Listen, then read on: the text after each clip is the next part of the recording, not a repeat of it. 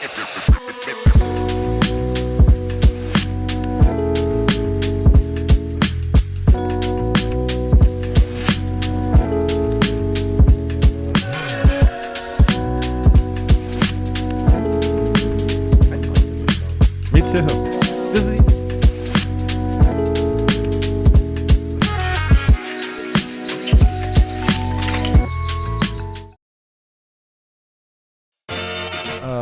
This is essay I don't Shooting read, an bro. Elephant. I don't read. You've read Shooting an I Elephant. burned all though? my books. You haven't read that one? Orson has to shoot the elephant. These people like kind of pressure him, and he feels real regret about it later on.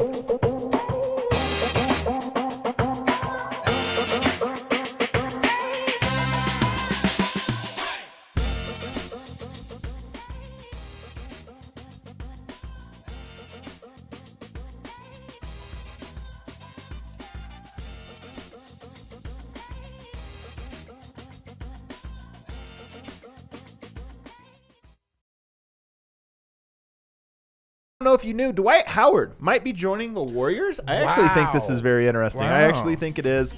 Kelly Oubre joins the 76ers. Not interesting. Winning time is canceled. Maybe you'll have a take about that. Also, we're going to talk about the real meat of the conversation today is going to be what teams have had the best chemistry since the year 2000. What teams? And where does Denver rank in that? And then as another question alongside that, could they be even more chemistried this year? That's a great question. Could the ball is poppin', the peak ball is poppin' year be ahead of us? So what's fascinating is the Nuggets reaching their final form kind of came as they moved further away from that, right? Now, as a unit, they operated as a 5-man starting unit, but they knew the bread and butter was the 2-man game. And over the years, I think they've honed in on that. At their best, they can get the ball popping. That's a segment a little later, though. Do you want to just answer it now, or do you want to tease it? Sorry, how do we do the show? Yeah, first we tease them. Okay. Then we do like a little small talk, and then we go into depth about it. Can we start over? Yeah, just start over here.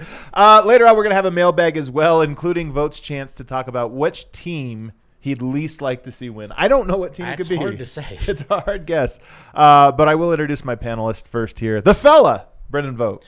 Happy to be here. I woke up full of gratitude today, Adam. I woke up full of energy. I think I turned over several new leaves just on the way here. New day, new me, same podcast. Did you got anything? You have any banter? 2 out of 10? I don't know. I'm just going to give it a score. 2 out of 10. Cool. But I do like the turning over new leaves, especially here in autumn where their leaves abound. I will say, man, for people that are just tuning in, if you've missed some of the last shows, we had PJ Dozier on Friday. He was phenomenal. I feel like we had a fantastic show yesterday. You go back even further, D-Line was in the house just for a couple days. He's back in Philly. Like, a man lives there. He jokes about it. He actually is a Philadelphian now. He should be back end of week, maybe next week. For how long? Yeah, who knows? So maybe for a cup of tea, maybe 2 cups of tea. I missed you, But Eric. there have been some great shows going all the way back to last week. I really feel like, you know how it is. You go to the deep off season. That's for the sickos. But then as you start, Media Day is 2 weeks away. We'll be at training camp in San Diego in 2 weeks from today. We'll be out there. I was thinking about that last night, and that is hard to believe. And I'm fully ready, though. I know we had our Me too. I know we had our championship hangover, I guess. Yeah, for sure we did. The best kind of hangover. Yeah. But I feel ready. I'm ready to turn the page to the defending the title Nuggets. And I like the question today a lot. Yeah.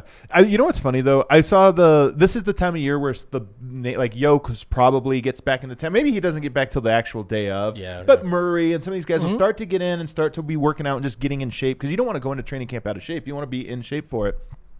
So now's the time guys will start coming into town a little bit more and more. And I saw the first video of LeBron shooting like standstill jumpers, and somebody was like, "LeBron's ready. He's locked in for 21." I was I'll do you one better. Did you see Draymond and Chris Paul taking corner threes together? Yeah. And the caption was, "They're building chemistry." Yeah, they're building chemistry. I saw some very funny memes about that one, by the way.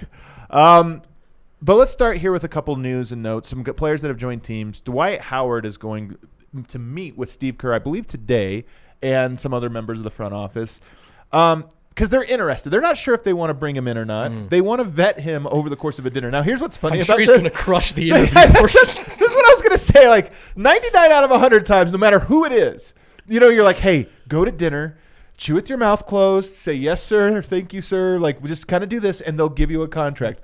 Dwight Howard, 50-50 to blow this one. 50-50 to blow it. I also, I don't mean this to be what's left to learn about who Dwight Howard is. We're So pretty true. far into the experience, but Well, in all sincerity, what's left to learn is the idea of, hey, you're coming to this team.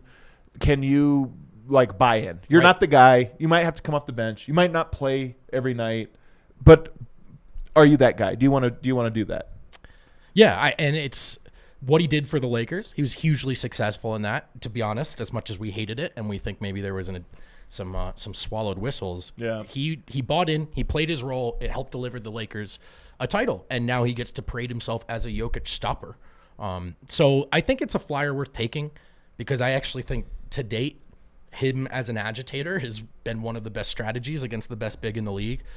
And I think the Warriors needed more bodies of bigs. You know, there's Kevon Looney who does a lot of that dirty work, but it's kind of the position they've lacked, and James Wiseman sure didn't work out. Not that Dwight's going to be a prolific player, but just a big body that would allow them to have some different dynamics and lineup variability. So I agree with you. I think Jokic solves guys. And I think he solved Dwight Howard. He saw him the last year he was with the Lakers. Like, he goes to the bubble, and I agree with you. I just thought Dwight Howard, for some reason, that bubble, the further we get away from it, the more it annoys me about. I just feel like it was kind of phony all around. Jokic was in foul trouble every game of that freaking series. Never in foul trouble. It's one of the great things about him. But he was every time, and a lot of these were like off-ball fouls they called on Jokic against Dwight somehow. Like, They were horseshit. They We were had just to pretend in horseshit. the And we had, moment it yeah, was, and they had to like whatever. Come on. But nonetheless, Dwight Howard did bother him, in that series, whether it was through fouls or just physicality. But I think Jokic solved him. If you remember the next year after that, he murdered Dwight Howard on the Lakers. Like, he just was going at him like, yeah, this guy doesn't bother me at all. That being said, there is one strategy that works against the Nuggets better than any other one. It doesn't work to shut them down, but it does help the margins more than anything else, which is, can you put a good on-ball, undersized defender on him, and then can you help with a second big who can cover space and protect the rim? Draymond Green is the single best guy at doing this. Right. He's the single best guy at saying, okay, he's undersized, but he's going to get extra physical because Draymond gets away with everything. Like, he gets to be extra physical. Lower body, center of gravity, which for bigs is hard when you can kind of stack the box and send help. And then Dwight Howard covers a lot of ground. Kevon Looney can cover a lot of ground.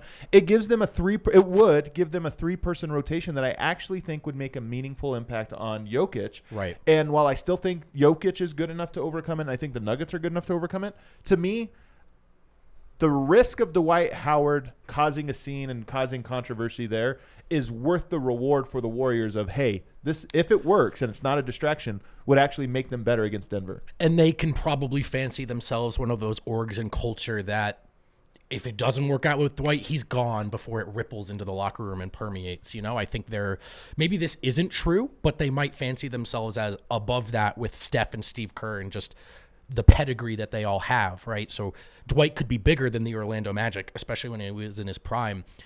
You would think he knows that's not the case in Golden State. It is also true that Draymond and Dwight are the two players I've seen that have been allowed to be the most physical and handsy with Jokic. And so I think it's worth a flyer for the Warriors. And I think obviously it's the Nuggets show. We're looking at this through the lens of how does it change the matchup with Denver. But I wouldn't be surprised if that was like line 1 or 2 and why they're making the move anyway. As we've said, it might be the time now where teams are starting to stack up against Jokic more than the elite wings of the league of yesterday. This would be a total, we're stacking up against Jokic. I mean, that would be a total move for that. Who else is Dwight Howard being called in for? They have Kevon Looney, who's a phenomenal center. Right. They have Draymond Green, who's the best small ball center to ever play. They have the things they need already in place. You only add a third big like that, and especially such a high profile one with the Nuggets in mind. So for clearly, to me, it seems like a Nuggets-esque move. But then you have the other factor of, the Chris Paul thing is already weird as can be. Sure. Dwight Howard. Are the Warriors the Lakers? Oh, man. The Warriors are the Lakers now. All right. They're the Lakers. This is the most unlovable team you could. If you add Dwight Howard to that, and I don't mean unlovable as in, yeah, we're the bad boys, as in like, no, they're not unlovable in that they're edgy. It's Dwight Howard. They might not love each other. I think you shipped out the one guy Draymond did punch for probably my number one candidate of people he would punch in the future. Punch, yeah. And number 2 candidate, true, honestly. Maybe number 1 and 2. Oh, that's true, yeah. So there is, but I kind of get the Warriors. I do think you're either like resetting entirely or you're just this group, what makes us better. They're kind of at the end. You just go for it, I think. This is the like Botox, where you're like, it's not quite, you can tell it's Botox. But I think I prefer it to the wrinkles. Exactly. Exactly. You can ask me about it if you see it. I'll tell you who my doctor was. So I don't know. I look at that one and I go, I do think it would make them better. I don't know that it also makes them more volatile. And that's the Warriors. Like, you have to up the risk to maintain the reward possibility. And the risk just goes through the roof. I also think, they're in a weird spot when you look at how they finished last year on that side of the bracket. I don't think anyone really knows how good the Warriors are, including the Warriors. So there's just a little bit of like, I don't know, it's a chaotic move, but in a way that makes sense to me right now. Can you imagine if like Steph and Clay go down for some reason and the Warriors are just Chris Paul, Dwight Howard, and Draymond Green, and we're like, who the hell? What is this? I would make a motion to put them on national TV every night. Every night, they'd have to be, and maybe a reality show. Yeah, Steph's gonna have the greatest on-off this year. It's gonna be unbelievable. Kelly Oubre is going to the 76ers. Yeah, another one that's like. Full disclosure, Kelly Oubre is probably one of those guys I undervalue a little bit because I don't like him. I just don't like that mold of player. And largely what I don't like about him is that he didn't work out in the Warriors in large part because he thought he needed the ball a little bit more. Anytime I hear something like, there's certain things you can do where I'm like, I overweigh this so much because that type of person has just never like vibed with me as a player or whatever. Sure. So Kelly Oubre goes to the 76ers. He's a really good defensive player. Like I would say, a pretty elite defensive player. Don't love his shot selection. Can't really shoot outside. Does this even news to you, or is this like not really news? It's not really news. I will say it's another move that kind of makes sense to me insofar this is a move you don't make if you're a team like Denver with all the stability you have and you have your rotation figured out. If you're a team like Philly who feels they're just a little bit of talent away from finally turning a corner, it's a move you talk yourself into, I think. But yeah, the floor can fall out from this signing. It can go disastrously. The whole 76ers situation. Precisely. And so it, again, kind of makes sense. But I do think they're kind of in I don't know how talented the 76ers are. I do think they need to maybe take some flyers. They need some talent, yeah. So I don't know. I don't say I love the move, but I always try to understand at least the logic behind it. Yeah. You know what? Is this the year, as you look around, because I don't think any teams made themselves into contenders this year out of nothing, maybe Dallas, but you look around and you think these teams were flawed last year outside of the Nuggets. These teams were flawed. And this year I feel like everybody's kind of doubled down on the higher the risk for us, the reward. I just mean every team's volatile. So we just talked about the Warriors. They're volatile. The Lakers are super dependent on LeBron James and Anthony Davis's health, which is even more volatile this year than it was last just by virtue of them being older. And then they bring in some guys that are like not necessarily proven commodities to round out their roster, even though they have high upside. And then you look at the 76ers.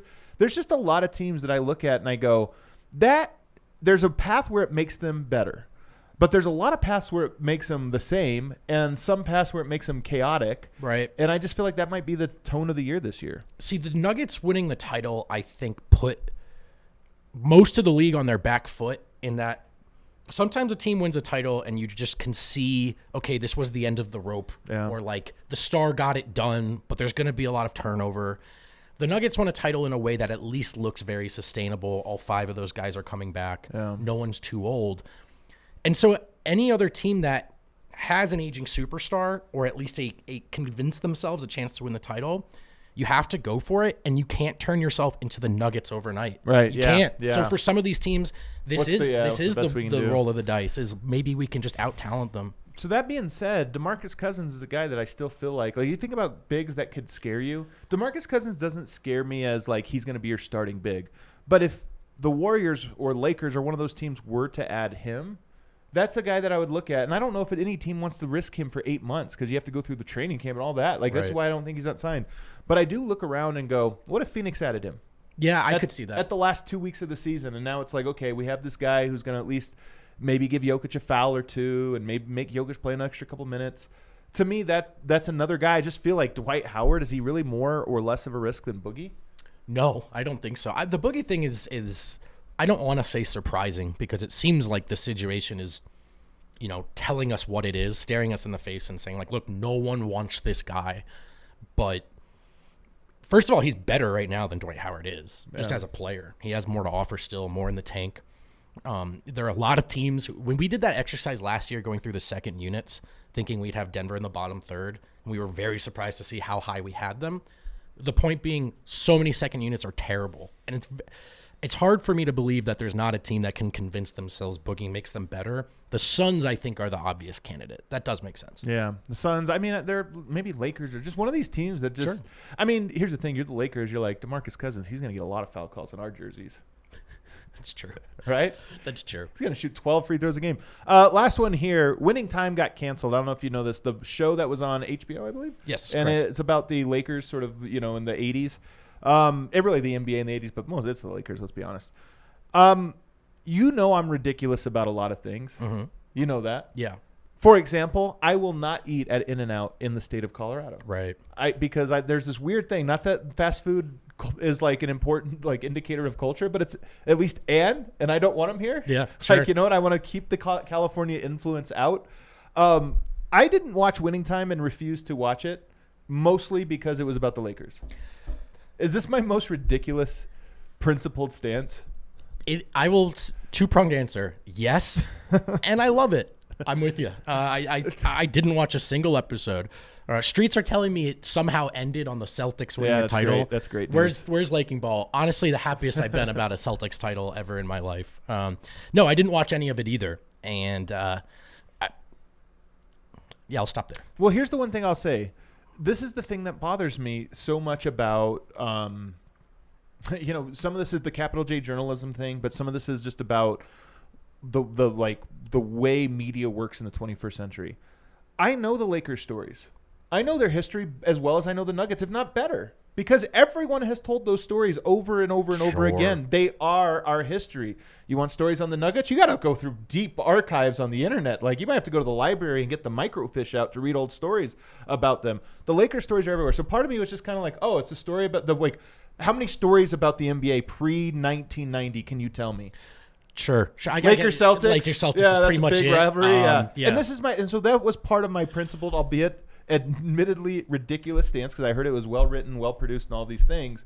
But again, there's just something to people telling me I need to watch the one story I actually know about, over and over again. That's how I felt about the Dream Team doc, man. I know you feel a little differently about that one. Not really. But I was like, wasn't that long ago? Yeah, was it? I remember. It's been told. And been told so many times. Not that compelling. Of course they won, well, no, they make it way more compelling than they needed it to be.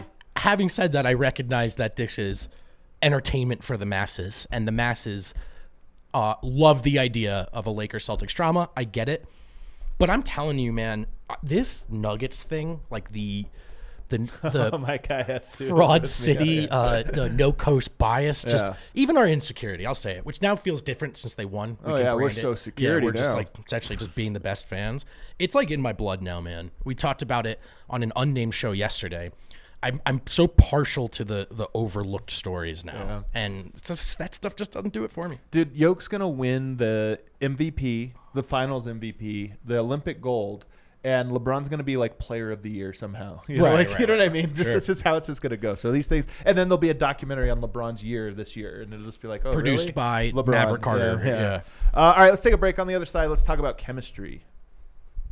Mm-hmm. Speaking of chemistry. There it is. This is not a segue. I'm going to start over. Have you ever heard of Circa Resort and Casino? It's Vegas's first ever adults-only casino resort. Saves time checking IDs at the bars because they check them at the door.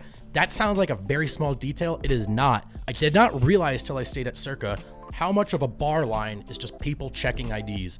That's done. It's out of the way. And it's adults-only casino. And let's face it, a lot of folks heading to Vegas are looking for an adults-only experience. It's also the world's largest sports book. It's got a sick casino and stadium swim, 4,000-person capacity, a 143 by 40-foot LED screen where you can watch all your bets play out. And yeah, it's a resort with over 500 rooms, a variety of layouts to fit your needs. Elevate your evening at the Legacy Club or any one of their restaurants. If you're heading out to Vegas for Broncos, Raiders, Avs, Knights, Pac-12 or Mountain West alum, book your stay with code DNVR for 20% off, man. Circa rules. Also, Circa Sportsbook is available in Colorado. Download the app now if you're located in Colorado. Circa Sports bets can only be made while physically located in the state. You must be 21 or older. All rights reserved. Circa Sports Colorado encourages you to gamble responsibly. Gambling problem? Call or text 1-800-GAMBLER or visit problemgamblingcolorado.org. Ilic, I think is his name. I'm talking about the Serbian goalkeeper that plays for the Colorado Rapids. Have you heard about this? Yeah, Yes. Ilic. Ilic. He got the start recently in that win. That I big heard he was home good. win, and he looked really, really good. So Serbian listeners, if you're looking for some more gateways into our other DNVR content, how about a Serb starting goal for the Rapids up the Pids? Edimo. Head over to coloradorapids.com/DNVR to learn more and buy your tickets today. Alrighty, we are back here. Let's get to our main topic today. Championship teams with great chemistry. There are one thing about basketball that has been true in the NBA for probably going on, I would say 35 years or so, 35 years, is that you don't have to have great chemistry to win a championship. I do think the NBA evolved starting in the 90s and really coming to a head in like the 2010s where you could have a best player and a bunch of role players that it's like does PJ Tucker have good chemistry with anybody? Like, no, he stands in the corner. His job's easy. Sure. He doesn't his job has been reduced to two things and you don't necessarily need great chemistry to do that. You think about like the 86 Celtics, that was a team that just all five parts, even the 80s Nuggets, to be honest with you, this is the passing game, their style of offense that was like unpredictable. It was, hey, we all just kind of know our tendencies and we have this great chemistry. So if we go back to the year 2000, I just always like to use that. To me, this is the new modern era is post-2000.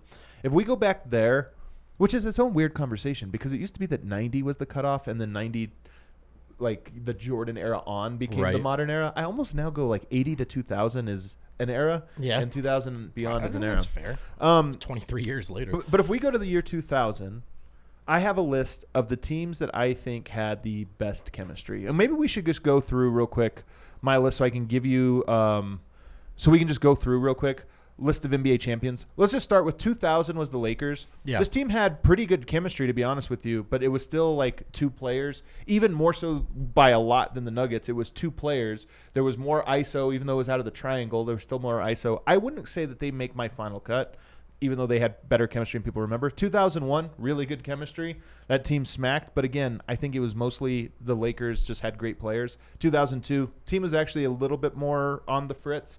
They didn't even have the best chemistry that year. I think that the Sacramento did. They out-chemistried them, but nonetheless, they had the talent. 2003 Spurs were mostly like a boring – they had good chemistry, but it was mostly defensive chemistry, to be honest with you. 2004 Pistons had incredible chemistry. It's one of the underrated and forgotten teams, in my opinion, of the last 25 years. And I already can tell you, if the Nuggets don't win another title – they will be thought of it like the 2004 Pistons, which is to say never thought of. Right. But also, everybody was like, they were so good. Yeah, if you bring them up, people, love that team. And they'll always get like honorable mention in every list, no matter what. But to me, they were a group of players, the five guys, and then Tayshaun Prince, the six guys, that just fit together so well that you were like, oh, yeah, they cover all bases. Different stylistically, but like structurally similar to, the Spurs beating the Heat. Like it's just now, I mean, Chauncey wasn't Tim Duncan, but they just had it's this dynamic we're getting at today. In this era, the Pistons are the OG squad that brought it. 2005 and 2007 Spurs are hard for me to differentiate in my mind. 2003 was more like largely Duncan. I mean, 2005 and 7 were also, he was easily the best player, but it was a little bit different. But nonetheless, again, more defensive team. 2006 Miami Heat was just Dwayne Wade being crazy. 2008 Boston. That was sick. But this is my birth into basketball fandom right here. 2006? Because I was born in 1993, so like I saw stuff. But 2006, watching Dwayne Wade's run, my buddy was a huge fan. He's like, you have to sit down and watch all these games. Yeah. And it changed life for me. You're going to hate this one, but the 2008 Boston Celtics, just an incredible fit. They fit together so well. I mean, you could argue it's worth more than one, You can make that argument. Well, honestly, like this is the thing, is if Denver only wins one, somehow they'll be the Pistons rather than the Celtics, even though I'd argue they're better than both. And have had like more dominant runs than both. But wow, I never knew how bad I need this second title. Yeah, no, I'm telling you, every time you start to think about it, you're like, you know what? I want more. We need more. 2009-10 Lakers, no. I mean, they had a good chemistry. They had good chemistry, underrated, but it wasn't like that.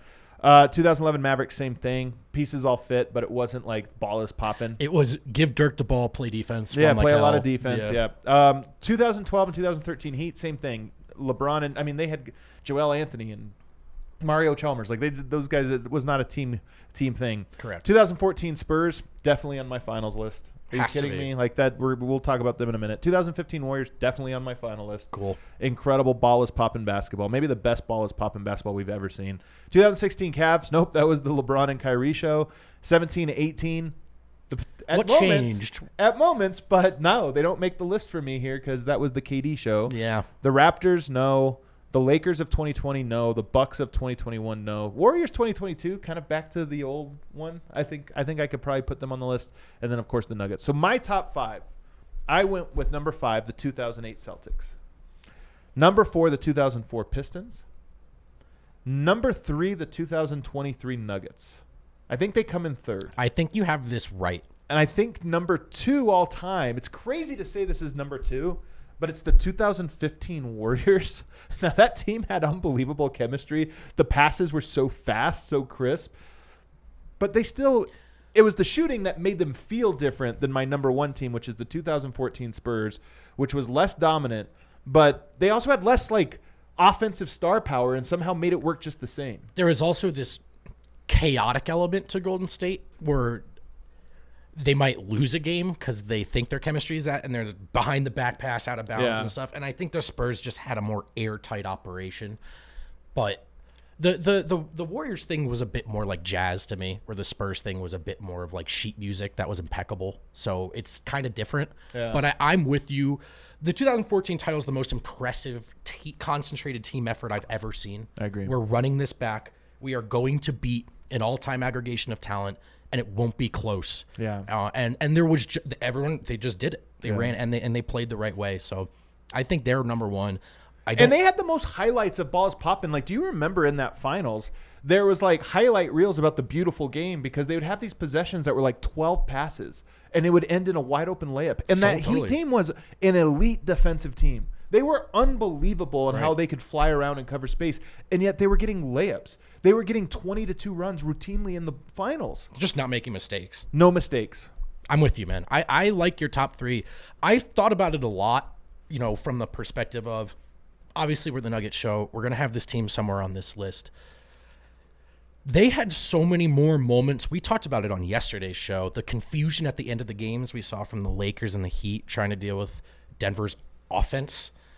And it really, truly was reminiscent of the 2015 Warriors, of just watching teams trying, thinking they know what's coming and not having an answer. Right. And so I do think the Nuggets, that possession we talked about yesterday where Jokic sprints into the DHO, spins, kicks it to MPJ. Oh, yeah. It's like, what do you do? You know the thing about that, though, is it was only 2 passes. I know. That's the thing. Right, Is that is the difference. The Warriors and Spurs almost would have 10 passes to true. get there, which is more complicated. But sometimes Denver, it really was it's almost simpler. It starts with these two, and if something opens itself up, it does. But it was different, and I do think, well, you could say this about the Warriors and the Spurs as well.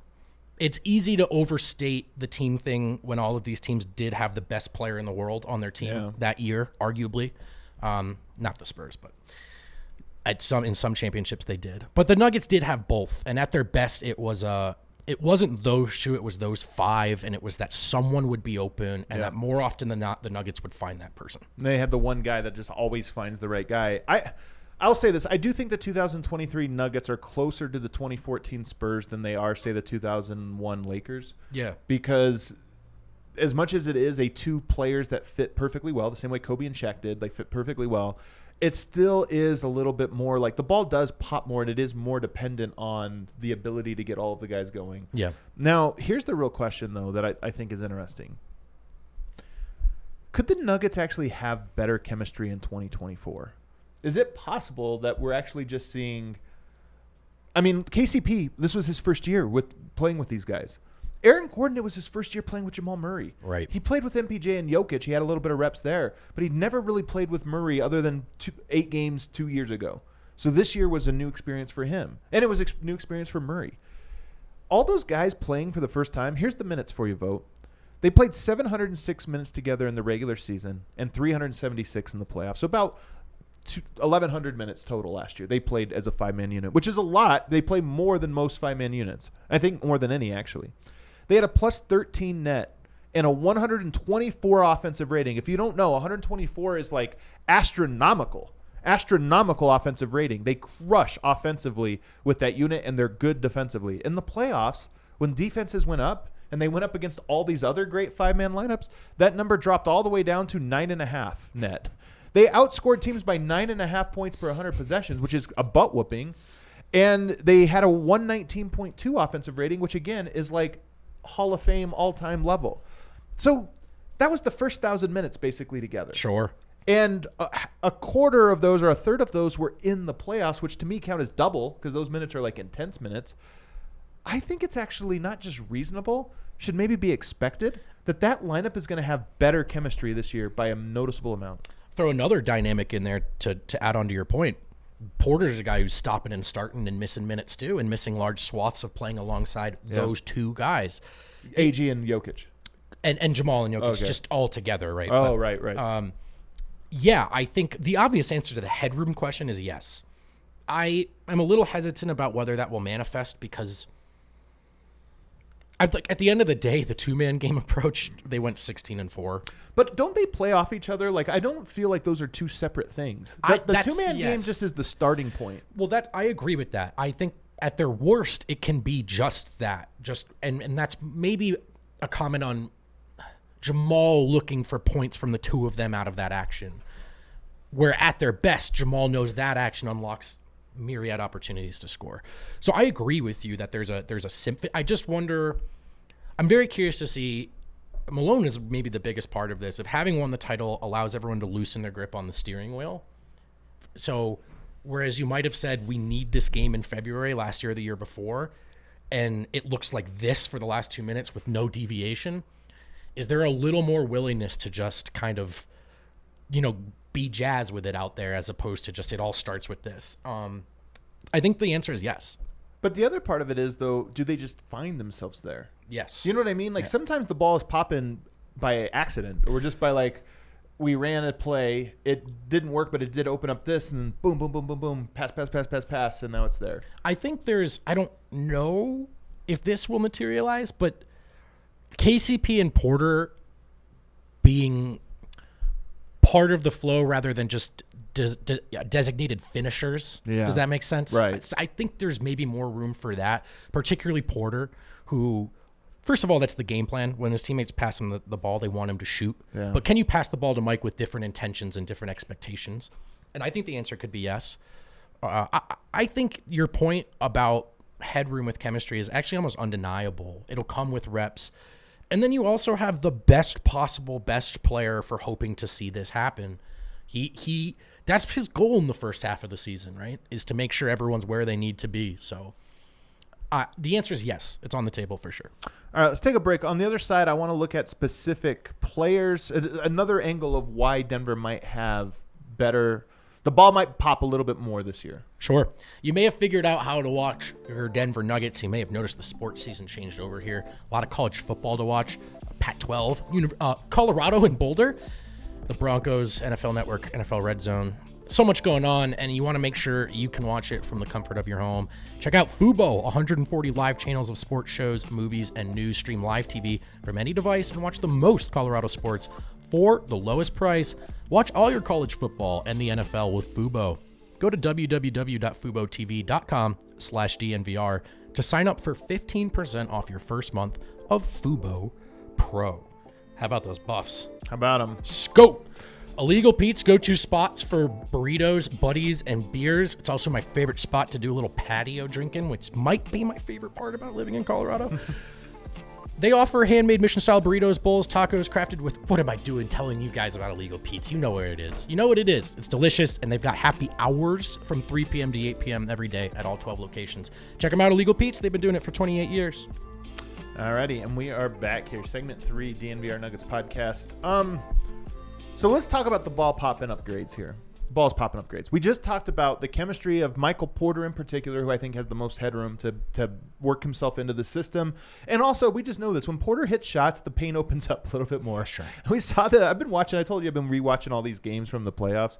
Every game Porter has a quarter. Like, I think it was game 6 against the Suns I'm watching. I can't remember if it was 5 or 6 where he's going off in the first quarter. Yeah. And it's just like one of those where you're like, oh, yeah, they did a good job of defense on that one. But Porter just decided to make his shots this game. Yeah. And so he hit like 4 threes in the quarter. And then you end up with, games and a whole series where he couldn't hit a 3 to save his life.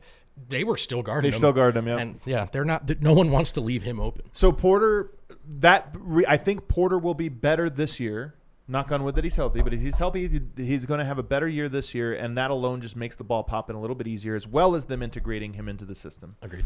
I think you could even make the case for Aaron Gordon spending all this time with Jokic. I mean, I'm just so I have this fan fiction in my head that might be true, where Jokic is watching basketball seminars, as we discussed yesterday about Jelko Obradovic. He's calling up somebody to get a message to Obradovic to say, hey, by the way, the translation, which I posted yesterday. So on Twitter, I posted the actual.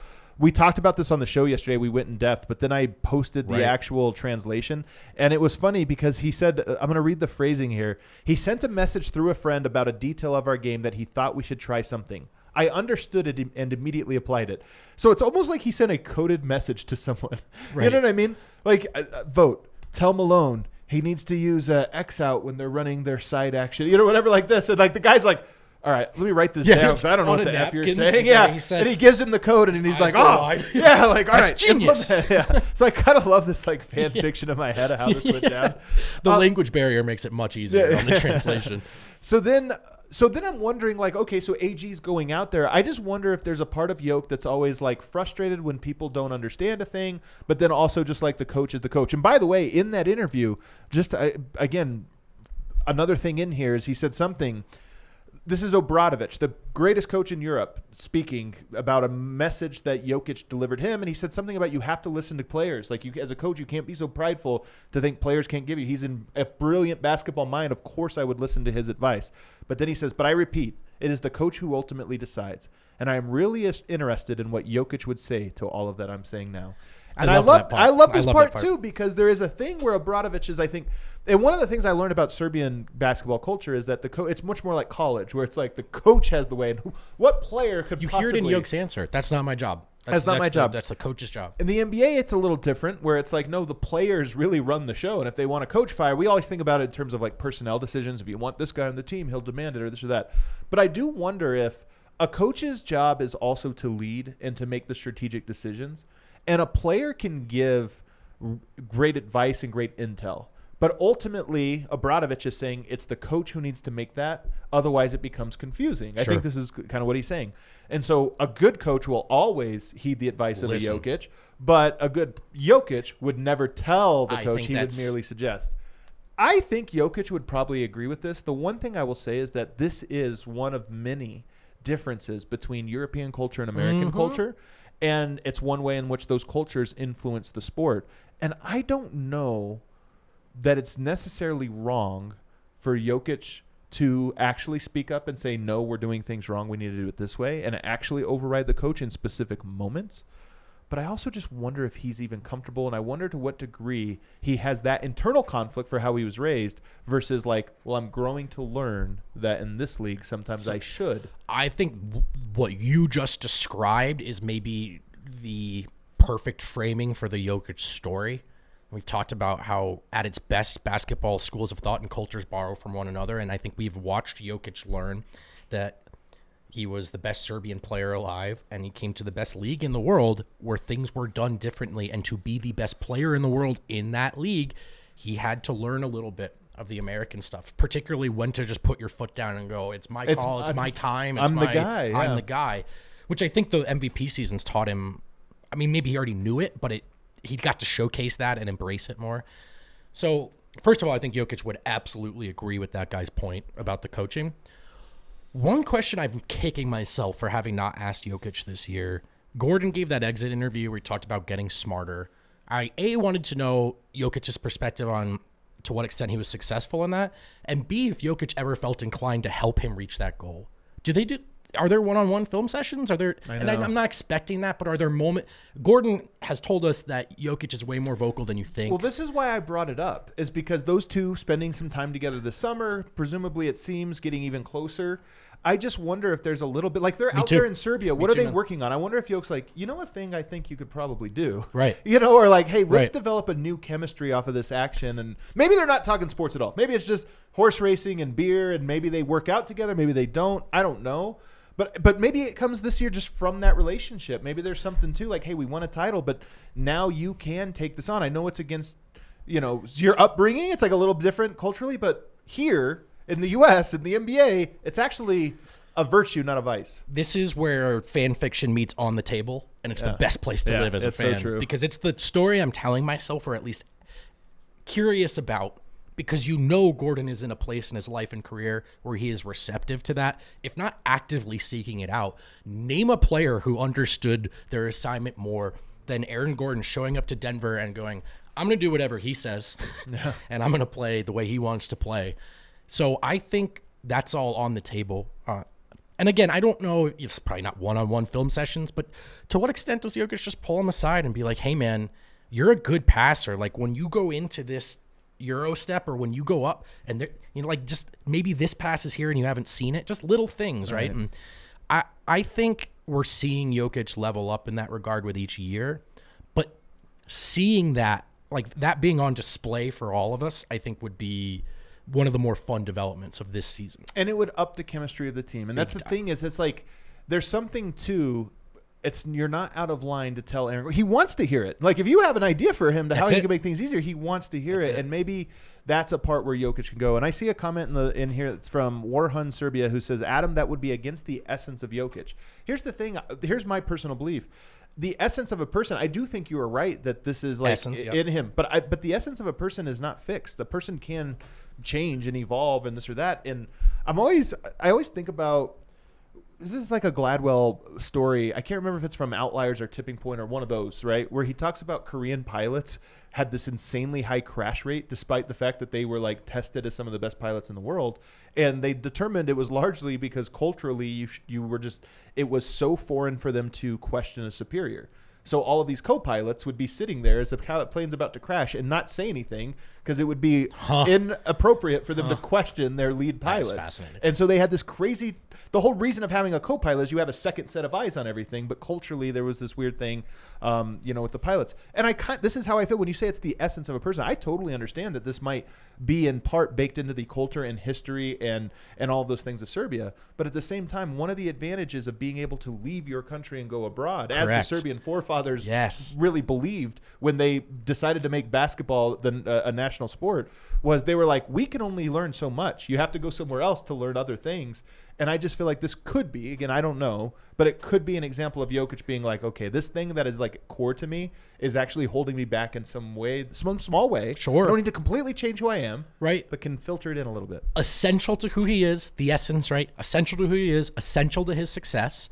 However, I think I know the answer on this. I'm fairly confident Jokic being willing to be malleable in his essence, or grow, or hold his beliefs lightly in the palm of his hand. There you go. Our Nietzsche reference. Look at us. what else do we want to do today, dude? Bro, dude.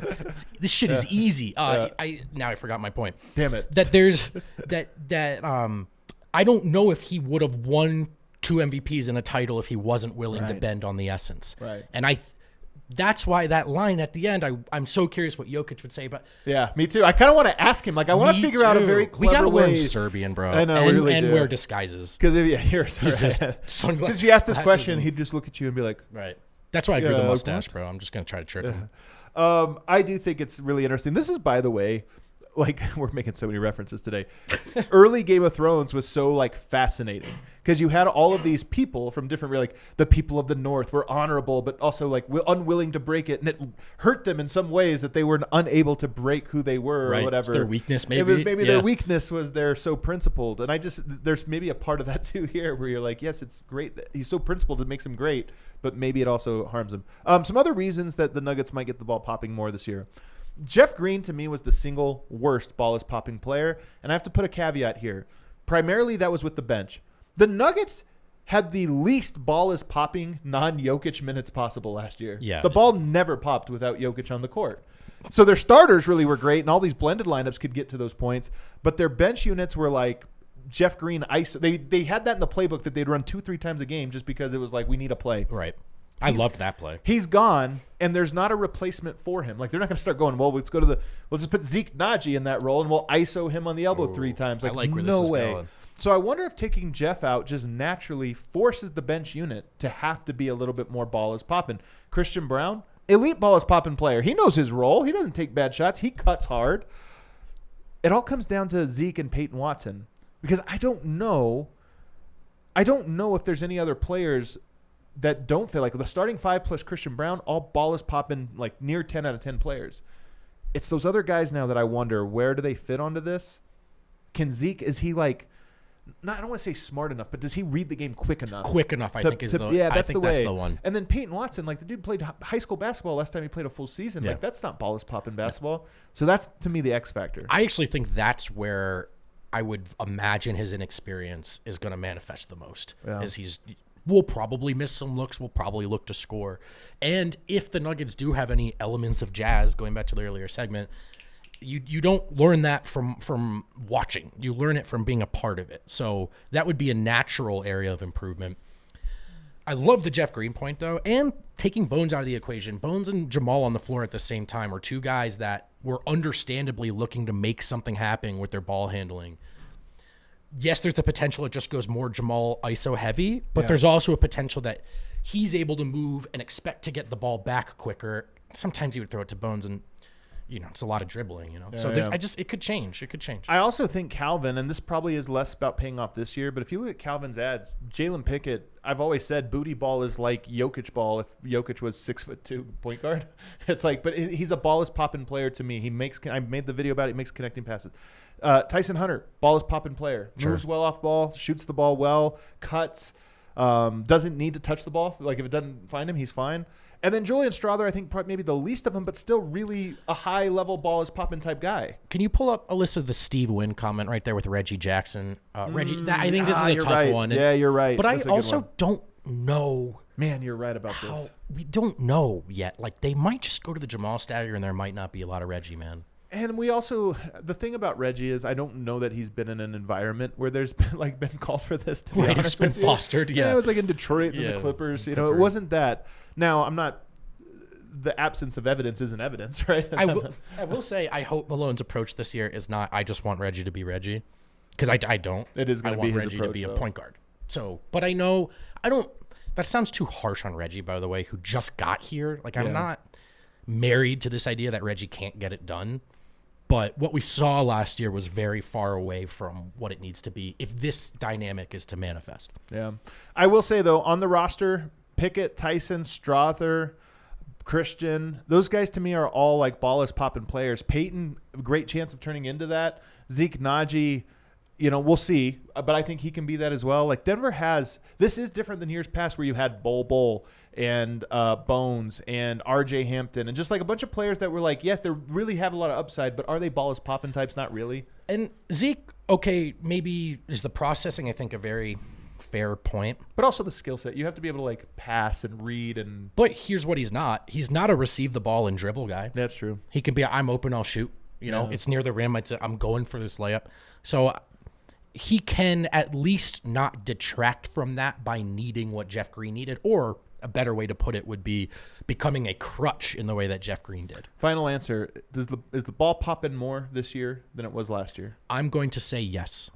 I'm going to say that the title loosens up the approach to the regular season, which could ultimately foster an even more trusting 5-man unit, which is crazy to say, Adam, because I don't know if you remember, they went 16-4. I think I agree with you. I think their peaks, I don't know what the average or the mean will be, but I think that the peaks will have like a better, where we're like, wow, this team is even at its peak better. Their 5-man unit in particular, even better than it was last year. All right, let's take a final break. On the other side, mailbag. Got to let vote cook to end the show. Excuse me. Man, I love Backus and Schenker. I haven't been hurt in a long time, Adam. Thank goodness. Next time I get hurt at work, hopefully that doesn't happen. Or just maybe in a in a car accident, motorcycle accident. Okay.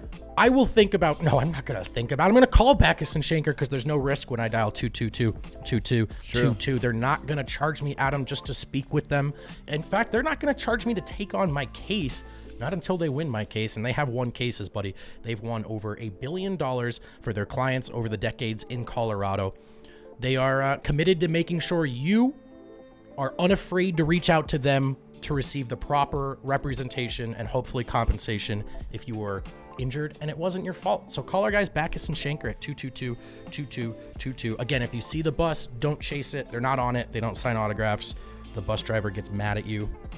I learned that the hard way. Shady Rays is great for Colorado because the sun is shining year-round, isn't it, baby? I really thought I was moving to a tundra. I was like Jerry Judy. I was ready for the bears and the cabins. Nope. Sunny city. It's awesome, and it's a great place to have Shady Rays so that all year long you can take on the sun with gear built to last. No risk when you shop with Shady Rays, and when you go to shadyrays.com and use code DNVR, you can get 50% off 2+ pairs of polarized sunglasses. That's half off 2+ pairs of polarized sunglasses.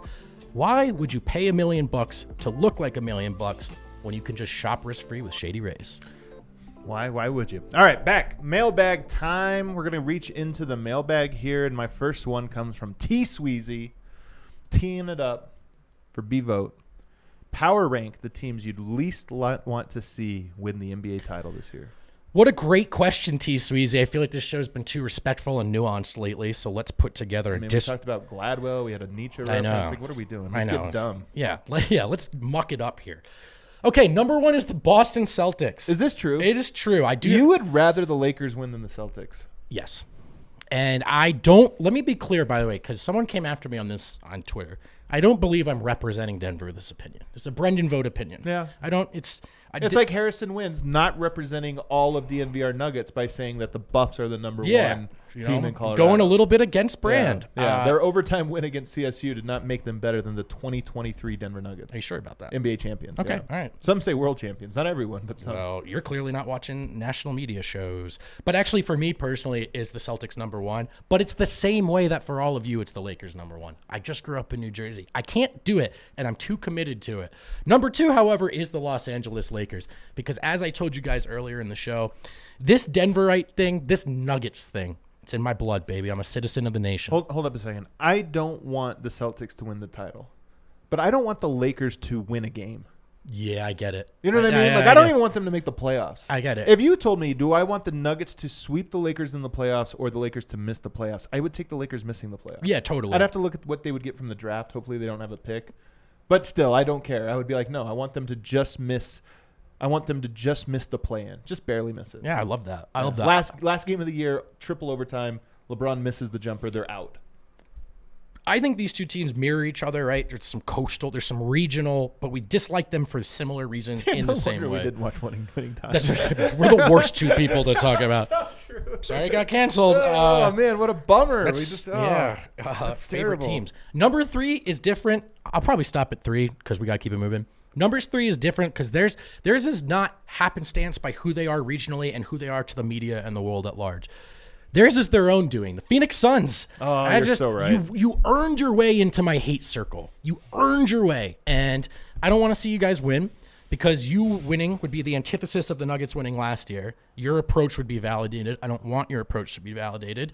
And your fans really bummed me out when they made fun of Jamal Murray tearing his ACL. So you're on the list. To me, I think I go Lakers, Suns, 1A, 1B. It's that close. Like the Lakers have to always be one for me. They just have to. That's right. I think the Suns are probably number two. I'm with you. There's also just something, the Suns not winning it, there's something satisfying about that as well. That's aside from the Nuggets winning it. Just of like this idea of like, you can just cobble it together like that. Yeah, like I don't want that to be the case. I don't want that to be true at all. So I think they're number two. I don't feel the same way about the Celtics that you do, even though I hate them. Even though I don't like the Celtics. You know what I mean? Like, I don't like them, but I don't feel that way. Part of it is that they low-key have some likable players over the years. Like, I don't like the idea of the Celtics more than I've actually disliked some of those guys. Yeah, like, I don't know. Like, he's fucking awesome. Like, yeah, it's funny to think of Al Horford weighing up your hate to where you're like, I can't hate them. I only hate him because he's hit so many clutch threes and he's so smart. But after this, I might honestly go to the Clippers. I was going to go to the Clippers, too. Philly. We got to throw Philly in there. No offense, PHOI. hope business is booming. But I personally, would like to see the second round ceiling stick around. That's the Mount Rushmore for me of teams I don't want to see. Boston's not on my Mount Rushmore. Enough. Philly, Lakers, Clippers, Suns. That's the Mount Rushmore for me of. I think that's it. And then Clippers. Just enough with the Clippers. Enough. There's no. I mean, the Knicks would annoy me just because of how much the media would really love it. But I don't really care.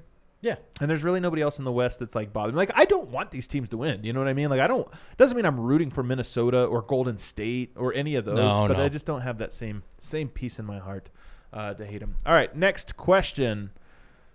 This comes from Chill Ducey. Who is going to play more minutes next season? Hunter Tyson or Justin Holiday? First of all, Deuce, I think you knew the answer to this question when you asked it, but let's engage. I saw you say that, and then I almost responded like, great question. So, it is a great question. I think I know what he's thinking. I think I know why this question exists. All right. Hold. You're going to say because Justin Holiday, because he's going to play. Correct. I don't think he is. Who was it that just did an interview? Oh, no. Nope, that wasn't it. Nobody did an interview. It was a conversation. Okay, gotcha. I'll say this.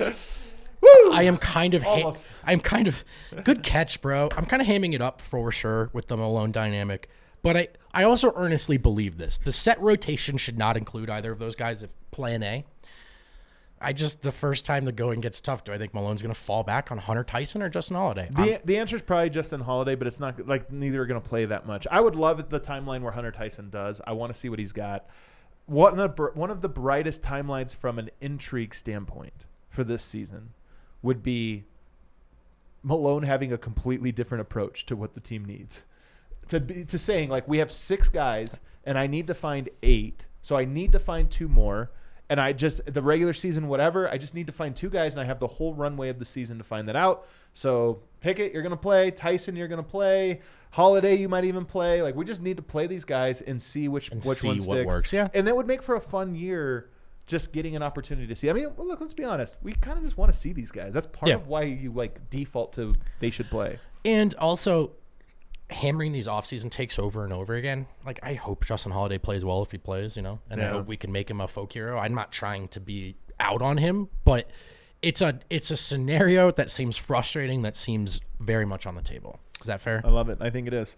Matthew Camiras asks, if Deion Sanders, that's Coach Prime, stays in Colorado for a few years, could it raise the profile of the state to be a cool place to be and attract free agents? There's actually a really interesting question in here. I think it might be more realistic than any factor we've talked about.